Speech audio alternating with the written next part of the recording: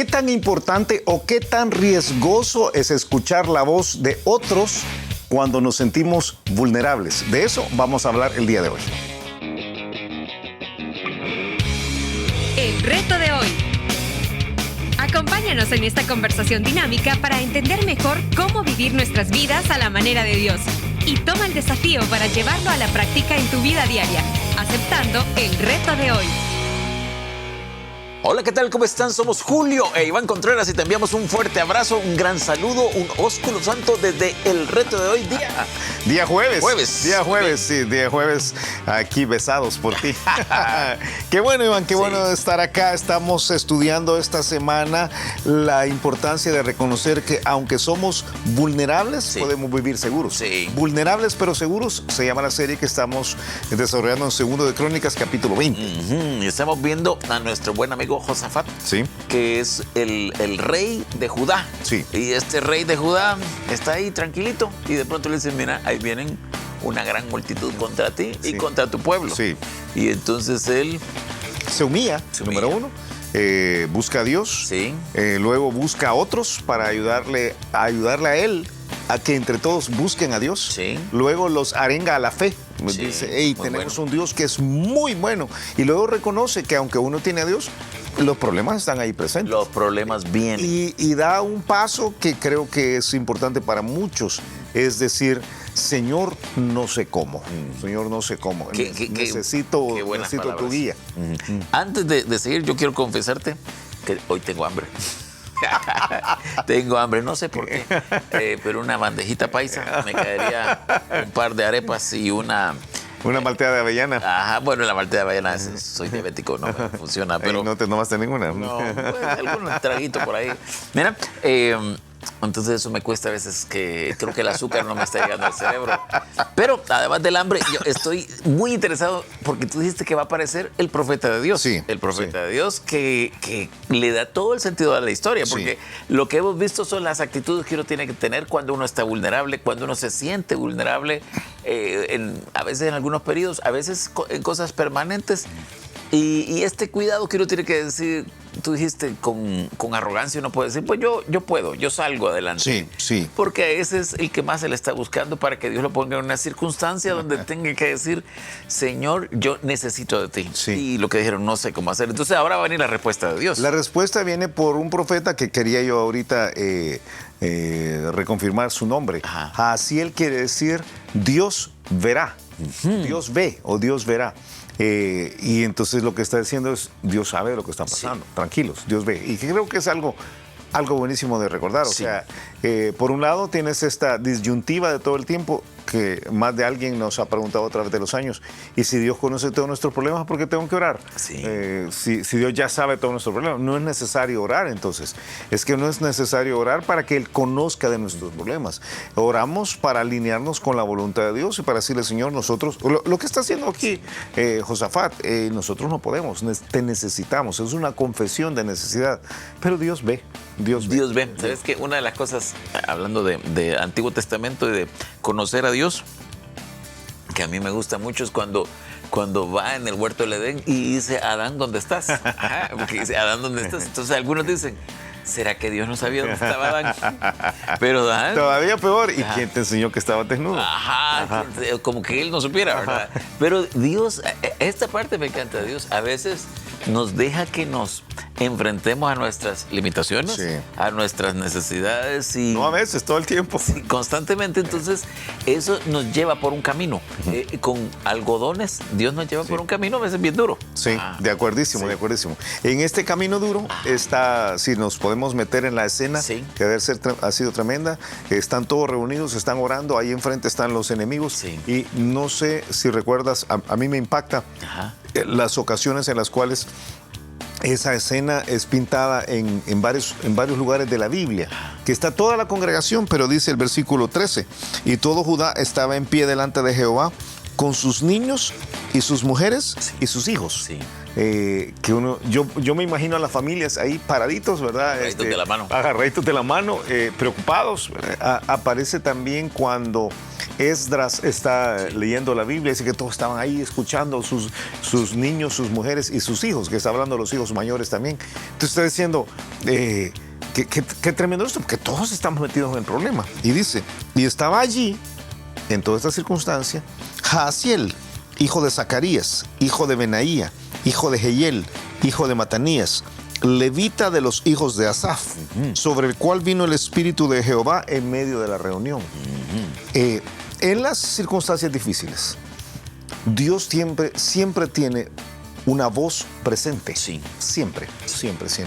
En este caso es por medio de un profeta. Es un profeta ungido por Dios. Sí. Y es una circunstancia del Antiguo Testamento, sí, cuando el Espíritu Santo no moraba en la vida de cada creyente, sino que venía a él. Sí, no es un profeta autodenominado profeta, y con mucho respeto voy a decir esto, pero con conocimiento de causa, no es tampoco una persona a quien la iglesia ha designado, una mujer mayor o un hombre mayor, ¿verdad? Que son la profeta o el profetisa a quien han designado y que con declaraciones supuestamente religiosas manipulan a la congregación. Sí.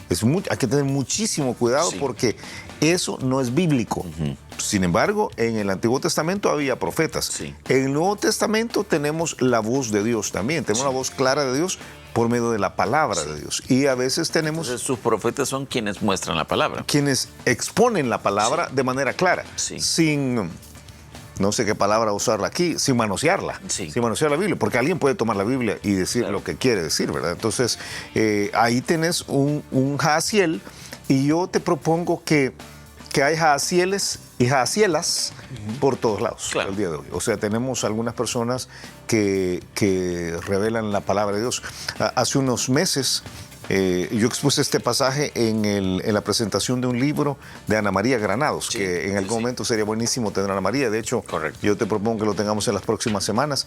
Pero yo tuve la oportunidad de escribir el prólogo de ese libro y había tenido entonces el chance de leerlo desde antes. Y yo dije, qué bueno tener una mujer que enseña a mujeres, y es la voz, puede ser usada por Dios como su voz acá. No que ella ex cátedra hable de la voz de Dios, pero mujeres como ella, hombres, hay cualquier cantidad, ahora diría que hay más frecuencia que haya hombres que mujeres, pero hay por todos lados.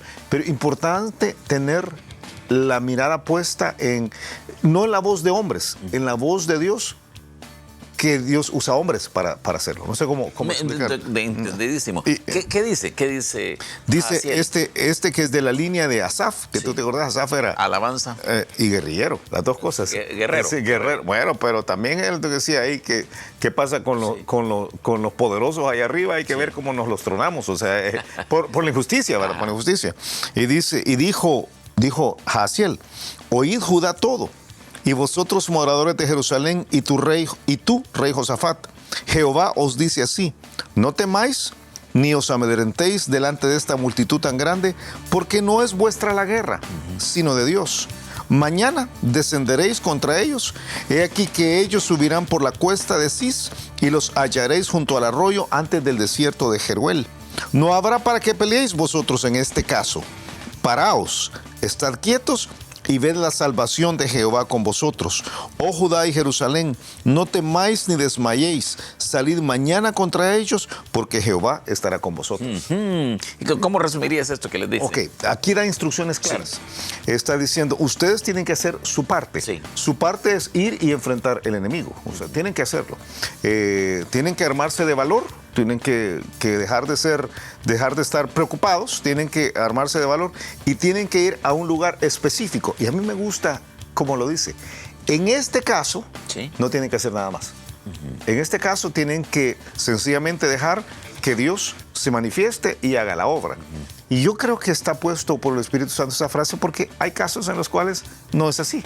En este caso, en algunos casos hay que ir, y como lo hizo Josué contra Amalek, hay que ir y literalmente partirse a la vida delante del otro con la espada y estar dispuestos a morir. Pero en este caso, Dios va a hacer todo lo que tiene que hacer. Ustedes solo tienen que confiar. Mira, me gusta un trozo que describe esta actitud.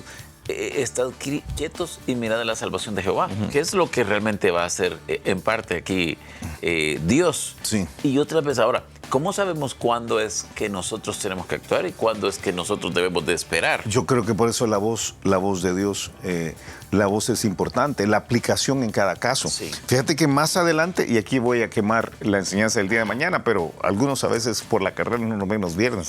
Entonces, más adelante él va a cerrar este trozo diciendo, cuando se levantaron por la mañana, salieron al desierto de Tecoa, y ya van a haber ganado. Y mientras ellos salían, Josafat, estando en pie, dijo, oídme Judá y moderadores de Jerusalén, creed en Jehová vuestro Dios y estaréis seguros.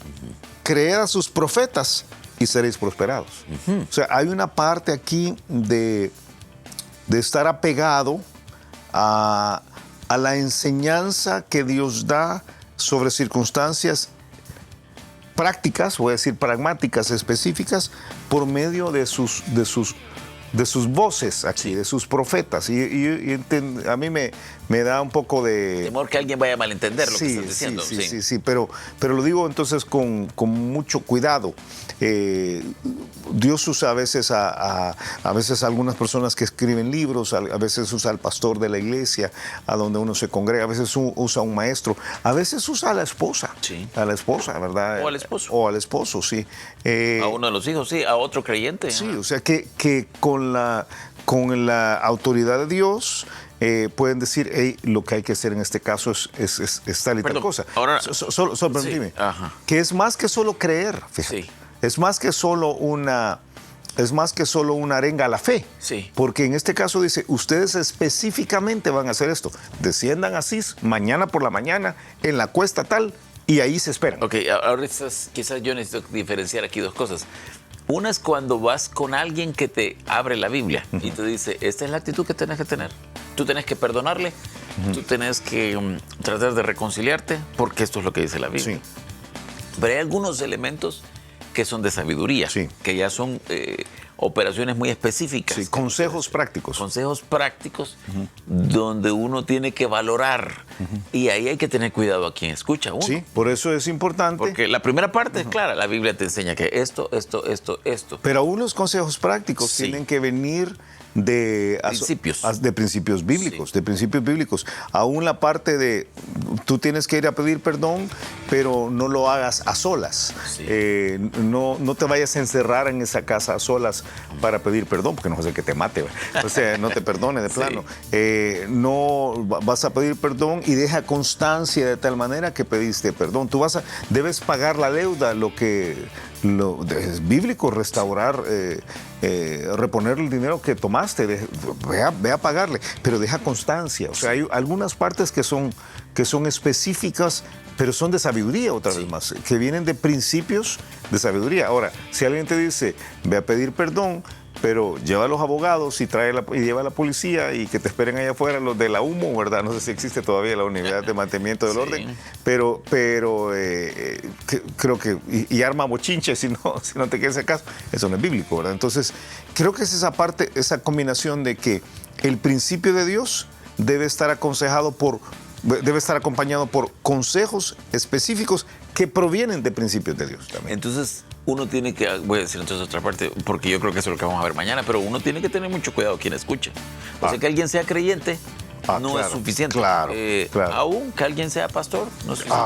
Claro. Yo hablé con una señora que me dije, fíjese que la hermana fulana me ha dicho que yo tengo que amarme a mí mismo, y empieza a decir una serie de cosas, que yo tengo que respetarme a mí mismo, entonces que no le hable a este hombre, y todo lo que le había dicho la hermana fulana, si realmente se lo había dicho, era contrario a lo que la Biblia enseña. Sí. Yo le dije, no, sea humilde, luche por su matrimonio, etcétera.